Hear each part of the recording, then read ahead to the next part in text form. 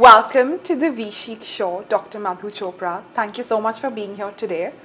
Today's podcast is all about confidence and how we make people feel truly authentic in their own skin and comfortable in their own skin. Thank you, Ramya, and it's such a pleasure to be here, number one, because you're a delightful girl, and the fact that you're doing so well for people who need confidence to make their place in this world, in this harsh world, is such a good thing. And I just want to know, is it like a grooming program that you have, or image consult, meaning what? So an image consultant is like an image doctor. We look after your appearance, behavior, communication, but it's not only about looks, it's about how you truly feel from inside and making you feel happy within you. We align your inner essence to your outer being, and that's kind of like the gist of what image consultant is. Here at V-Chic, our motto is be the true you, so we really focus and emphasize on how a person is on within. We want the person to be the most authentic selves possible, and that's how we align their inner essence to their outer being. Now That doesn't look easy. You take a deep dive into a person's personality and then dig out the gems. yes, so for us and for the person we're working with, it's more about a lot of introspect and what they think their insecurities are, what they're lacking, or why they're not feeling comfortable in their own skin. And once we figure that out, we work towards their confidence, and that can be on several aspects. If someone is feeling shy and intimidated just because they feel that we don't know how to talk very well, so we work on the communication skills. If someone thinks that, the clothes I'm wearing, I'm not looking too good in them, I'm feeling a little conscious, or I have stage fright, or I get nervous. So we work on those angles and aspects. Especially with college students and Gen Zs these age, where they're just hopping on from one fashion trend to another, and the whole world of social media, where there's so much pressure. We work on them being happy from inside. So do you have a selection process or filtration process? People just walk up to you, I need help. No, people can honestly just message us, email us, walk up to us, and we help. There's not a specific age bracket that we work with. We work with college students, we work with young adults, we work with a lot of women, we work with pageantry, and anyone who thinks that they're not comfortable in their own skin, or who want to become the best versions of themselves and really don't know how, we work with them. Good, that's lovely to hear it. So do you go about changing the persona? No, we don't want to change anyone. Yeah. We just want people to become the best versions of themselves. And of course, with growth comes a process where you have to step outside your comfort zone. So at first, people will be like really uncomfortable. Intimidated. They'll be intimidated. They're like, why is she making us do this? Like with Why is she finding faults in me? Yes. So one of the really fun things I do in my classes, especially with college students, is a weekly activity where I tell them to push themselves outside their comfort zones. So I say that you can do the most random thing, like go jump into a fountain, go talk to a stranger, go on an alone date. Things that today's generation that will make them feel a little scared or like intimidated, I tell them to do that, and that's how we push them out, like step by step, and then they kind of just like, then once they've done all the awkward things, they're like, okay, now we can do anything. So by the end of the class, we've had students who've gone on solo trips. We've had students who've gone like tattoos done. We've had students who've really made the most of done like skydiving, or like in India, we've had students who've gone and interviewed for like Indian Idol or for a pageantry, or something that really made them nervous in the start of the class. They've achieved it by the end. Good. So it's just not mental. It's physical and mental, and like a complete package for grooming. Yes. That's good. And then with you being a doctor, how do you define, a lot of people have taboos and stigmas about fillers, or like what's the correct age to do them. So how would you say that this is a form of self-expression and self-confidence? So it's a very important one. I feel everybody, be it a man, woman, young or old, have a right to look as good as they can possibly look, with or without help. Like I always quote Rakhi Sawant, she said, what God didn't give, doctors give. Yeah. I believe in that. And yes, everybody needs to, if you can afford it, if you can make it, if you start believing in your head that something is not right about you and you need to fix it, then there are procedures, there are people who can fix it. But there are some things that cannot be fixed. It has to come from the inside of you, that, the building of the confidence. Changing of appearance will never build what you are doing for them. That's just an external appearance. But since I'm in this field and you're asking me the question that I'm very serious about, I think when should they start? As young as possible. Not like teenagers, but after 28. Because there are two stages in cell growth and cell repair. So after 28, 30, the growth starts to diminish, the anabolic phase starts to diminish, and the catabolism takes over, which means cell death happens more often. There's so many features in the mitochondria that start depleting, like glutathione, like NAD+. These things start to deplete in our cells, and that is the process of aging. So if it can be arrested before it starts, or just as it's starting, so you need very little dose, you need very little makeover, you need very little correction, and you don't change drastically. Yeah. So that's the good thing about starting early. Nobody knows that you've got anything done, which is of utmost importance to me, confidentiality and privacy. You don't want a person to become from something to something else that your friends all wonder what kya kara ke aaye ho. See? So for me, I believe you should start at a younger age, and there should be no taboo. If you're in good, experienced hands who know exactly when to stop, especially a doctor who's doing it, should know how much and how little or how much more you give. So when you're asking me how I go about it, I have a proper hour-long consult. Wow. I go into the background of why they want to change, whatever the changes they need. Do they lack in confidence? I mean, I see you as one arm of my work, building up their confidence. If they seriously lack it and it's damaging their progress, then I start and I don't always do what you want. Yeah. I'll give you a good counseling and tell you how much you need. Maybe not much, maybe too little. And most of the time my clients, my patients trust me, and if I say you need only this much, they're happy with it. So you wear many hats. You're a doctor, a producer, a mentor, a mother, and now a grandmother. Yeah. So how did you go about inculcating authenticity and confidence in your kids? Your son is a great musician and an entrepreneur, and your daughter Priyanka, she is a global icon. So how did you go instilling those values in them, especially at such a young age where there was so much media presence, and your journey from a small town to now New York? You're soon to be a parent, so I can tell you this, that you should start early.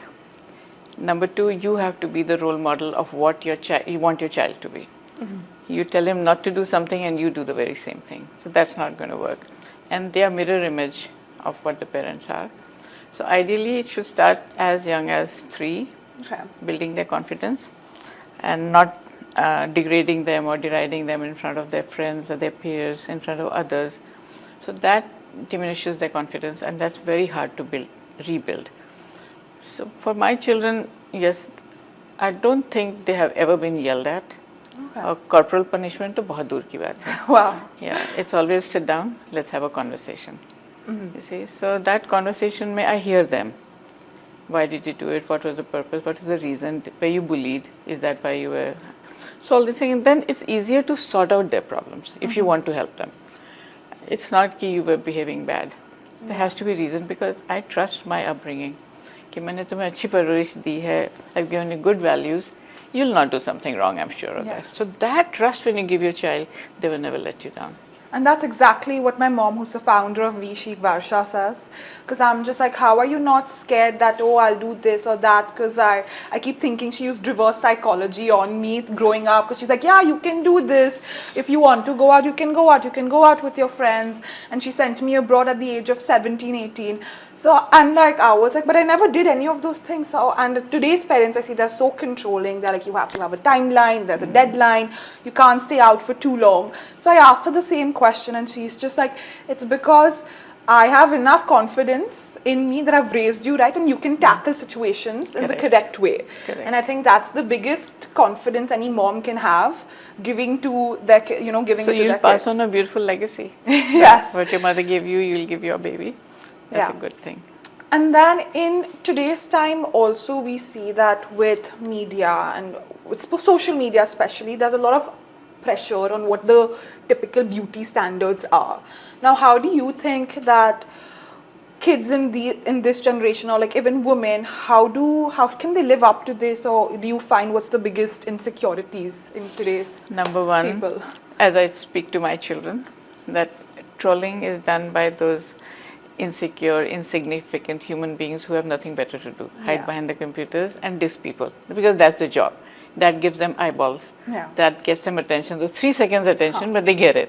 And that's what they're craving. So just obliterate, delete all that. Don't even think about it. You are walking ahead like an elephant. Apni chal chalo, let the dogs bark. It doesn't matter to you. So that's how I tell them not to get bothered by these social media events. And yes, beauty standards, every girl or every man as they're growing up during their teenage years have a lot of conflicts about their appearances, about their looks, about their personality. So that's the only period when I think they need support from their parents, encouragement. And not to say, oh, your face is full of acne, don't eat this, don't do that. No, that's part of their growth. They're growing, the hormones are raging. Yeah. Things will happen. That's a natural process. But dissing them stymies their growth. So I would not advise all that. So beauty standards, to each his own. I think it lies in the eyes of the beholder. You can't become Hema Malini just because you want to. Right? There's a lot one can do, but I don't encourage, I don't